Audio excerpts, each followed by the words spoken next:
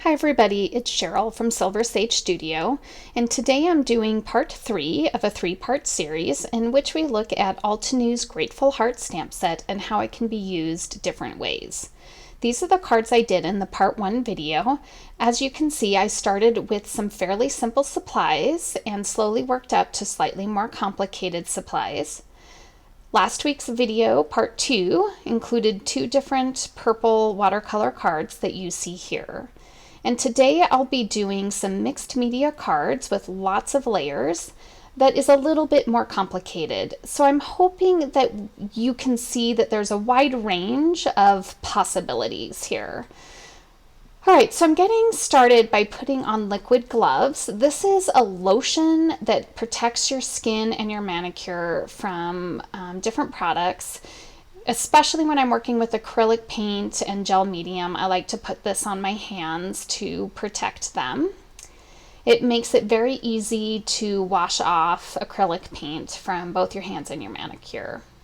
And I'm using here golden gloss medium that I am using to glue down this circle, this ring. This ring came from last week's cards. I had cut a purple circle that ended up being too large, and so I used my nesting circles to cut a smaller circle and ended up with this product of this ring. And I really thought it would work well for the card I'm doing today. I've got just scraps of some cardstock that I have on hand, and I've torn it up into little pieces. I wasn't sure if we were going to see the image come through in the final product, but as it turns out, you don't see these umbrellas at all. It kind of depends on my process sometimes. Sometimes I like it to show through, sometimes I don't.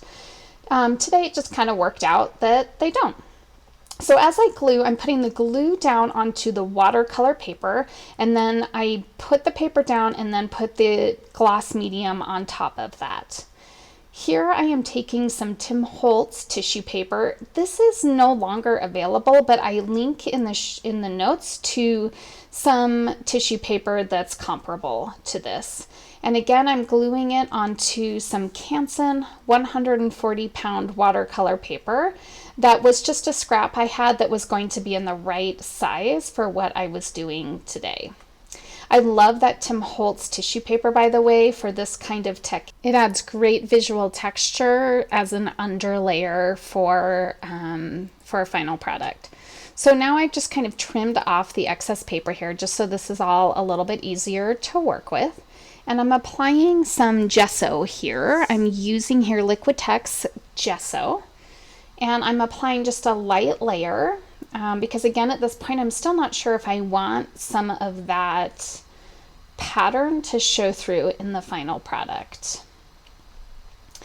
And I'm going to kind of pull off a little bit of that gesso, but that gesso is just going to give enough of a grip for the acrylic ink or paint, that I'm going to put on top of that. So right now I'm going to be taking a couple different brands of acrylic craft paint. In this case, I'm starting with Martha Stewart craft paint, and then I'm pulling from another brand. You can get all of this at Michael's, by the way. And at first, I'm not sure if I want to have some variation in the color, but I end up kind of blending it all together, so it ends up being a fairly solid color, which works just fine. And now I'm blotting off some of that paint so that that tissue paper background can show through. Now I'm going to take some beige paint. Again, this is a Martha Stewart brand, but any brand will do. And I'm just covering up the background here. Not entirely, but just getting some of that beige color down. And it's going to be important here that I have that layer of the cardstock underneath in a minute. And here I'm applying a little bit of gesso just to give a little bit of variation in the color so that it's not just solid beige. And right now I'm using a golden high quality liquid acrylic paint in burnt umber, and I'm mixing it 50-50 with a golden glaze medium. And I've dried the background, and now I am applying this mixture on top. And at this point, you're probably wondering what the heck I'm doing. But you'll see in a minute. What I'm going to do is take a tissue paper. I'm going to squirt it a little bit with some water, and I'm going to wipe off the excess. And you'll see in the nooks and crannies, the dark burnt umber sticks around. This adds some visual interest and some texture and really pulls out the different layers. And I wanted a little bit more variation in the color, plus I have some of this purple showing through, so I'm taking just a little bit of gesso and applying it here and there. I'm moving on now to the flower. I'm going to stamp this with Versamark ink and heat emboss it with black Ranger fine embossing powder. I'm going to do this twice, but I'm only going to show you the first flower. And then I'm going to fussy cut out each of the flowers. I'm not going to show you most of that process, partly because you don't need to see it, and partly because I ended up unintentionally doing it off screen. So excuse my mess here. I'm going to start by adding on one of the flowers a little bit of a darker turquoise paint towards the center of the flower. I just want to add a little bit of visual interest and color to the flower. I'm putting the paint down towards the center, and then I'm using my fingers to drag it out a little bit so it kind of blends out.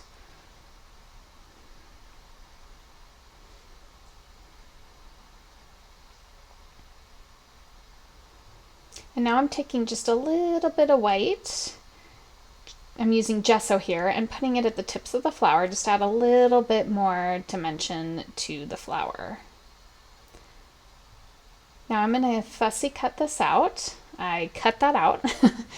Moving on to the next step, I'm using Simon Says Stamp Vellum, and I'm going to use this flower image that is also in the Altenew Grateful Heart stamp set. I have not used it until today. I'm going to heat emboss this in white embossing powder, and I'm going to do it 4 times, but you're only going to see it done here twice. Once I heat emboss it, again, I'm going to fussy cut that out. It takes some time, so I'm going to just kind of speed past that here. Now that that is heat embossed, I'm going to go ahead and fussy cut that out. I'm going to speed through just a little part of this, and then we'll cut off. When I do this fussy cutting, I will move my scissors a little bit, but I'm mostly moving the image. That makes it easier for some reason. So I'm going to fussy cut out 4 different embossed images of this. At this point, I wanted to add just a little bit of visual interest to the background. So on the right, I stamped with this script stamp in a brown ink, and over on the other one I lightly stamped with my Versamark ink pad and then put some black embossing powder on that, and I'm going to go ahead and heat that up. This is going to kind of bring out that shape of that circle ring that I have glued on. I find that sometimes it's good to just play with these kinds of techniques and see what happens. I'm going to do the fun part now, which is some splattering of some acrylic ink. This white is a high flow white acrylic paint from Golden. You don't have to use the high flow ink here, or paint, excuse me. Golden paints are really great quality. They're professional quality, but they're also pretty expensive. You can just take white acrylic craft paint and water it down, and that works just as well. Now I'm taking some of the color that I used for the flowers, and I've splattered that. Then I've mixed some of that beige with the blue and splattered some of that as well. I just put some paint onto the brush, and then I hit the brush against my hand, and that helps splatter. I've decided that this flower needs a little bit more oomph, so I'm going to go ahead and heat emboss in black the center of the flowers. And I'm not sure really how it's going to look, so I want to do it on one flower first and see how it works. And I really like it. I think it just adds what this project needs. I'm going to do that on both flowers.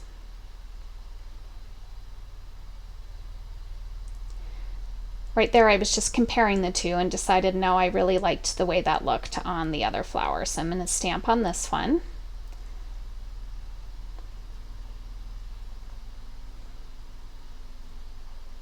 And of course heat emboss that as well.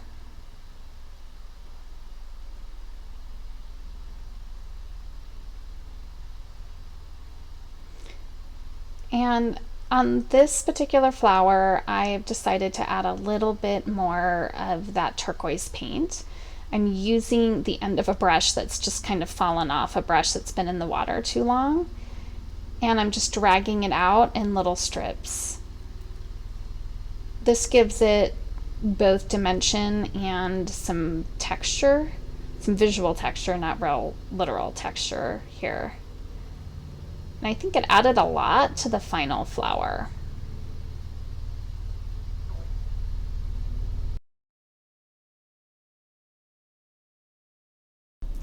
I've decided the backgrounds need a little bit more something, and what I decided I wanted to do was to have some sort of framing on the outside edges.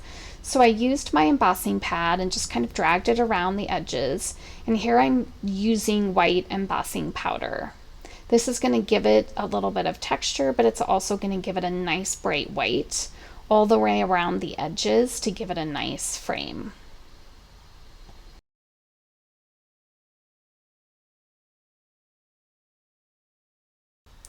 At this point, I'm just checking my layout. Do I like the way this is looking?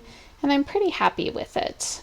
I'm going to start by gluing the vellum flowers onto the back of the blue flowers, and I ended up accidentally doing that off screen, so you're not going to see it. Here I'm just making sure that I like the overall look. And I'm going to glue both of my backgrounds down onto some cardstock. This cardstock is Gina K Tranquil Teal. I absolutely love this cardstock, and it looks a little bit bluer on screen than it is in real life. I'm going to glue these down using Tombow Mono Multi Glue. One of the things I love about this glue is that it's got two sides to it. One that's a very fine tip, which is great to use for, say, word die cuts, and then also a very fat tip that also has a bit of a rubber extension that allows you to spread the glue. In hindsight, it probably would have been easier to use some of that golden gel medium, but it worked. So I've got those backgrounds glued onto my card bases, and now I'm just checking this out to see if I like it. Again, I'm using some of that Tombow Mono Multi Glue, and I'm going to put that on back of the flowers. I'm putting something heavy on it just so that it'll stay flat against that textured background while it's drying. I really love this look of the delicate flower with that heavier textured messy background. And here I'm going to show you all the cards. This is the first one that used very simple supplies and was pretty quick to make. The next card used Prisma pencils and a gel pen. This is using the layered stamp set as a layered stamp set. This is the only card I actually used the layering elements on. My next set of cards, which used watercolor markers. Again, this is more of a mixed media technique, more complicated than the first few. I always find it good to have some sympathy cards on hand.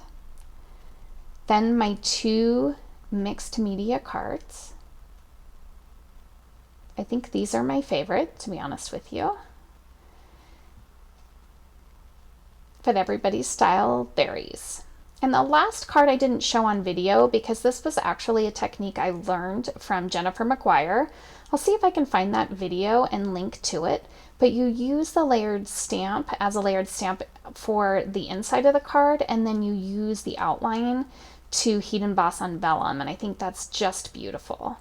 That's our video for today. I hope you enjoyed this series of Altenew's Grateful Heart stamp set. Happy crafting and thanks for watching.